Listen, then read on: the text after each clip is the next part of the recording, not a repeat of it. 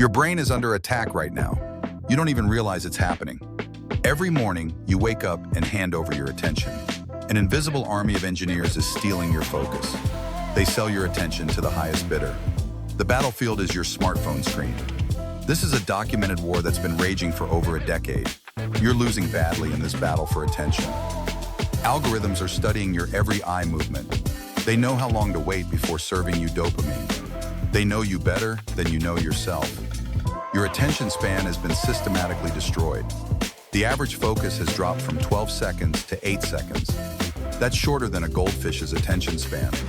This decline isn't inevitable, it's reversible. You'll see notifications and scrolling in a new light. Understanding the cost of attention theft is crucial. The weapon used against you is intermittent variable reinforcement. This mechanism makes gambling addictive. It's built into every app on your phone. Every notification is like a slot machine pull.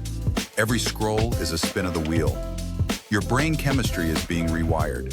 Studies show the average person checks their phone 96 times a day. That's once every 10 minutes of your waking life. Each interruption steals more than just a moment. It takes 23 minutes and 15 seconds to refocus after a distraction. If you check your phone every 10 minutes, you're never focused. You're living in a state of partial attention. A distracted mind is a profitable mind. Distracted people make impulsive decisions. Cognitive scientists found your brain treats digital stimulation like a drug. Neural pathways activated by likes and notifications are similar to those activated by cocaine. You've become a digital addict. The dealers of this addiction are worth trillions. Scientists are developing countermeasures to attention hijacking. They call it cognitive sovereignty. Cognitive sovereignty allows you to direct your mental resources. Focused attention is a trainable skill. 30 days of attention training can rewire addiction pathways. This led to the concept of monk mode. Monk mode helps reclaim cognitive freedom. It comes from ancient traditions of isolation for focus. Modern monk mode isn't about abandoning technology.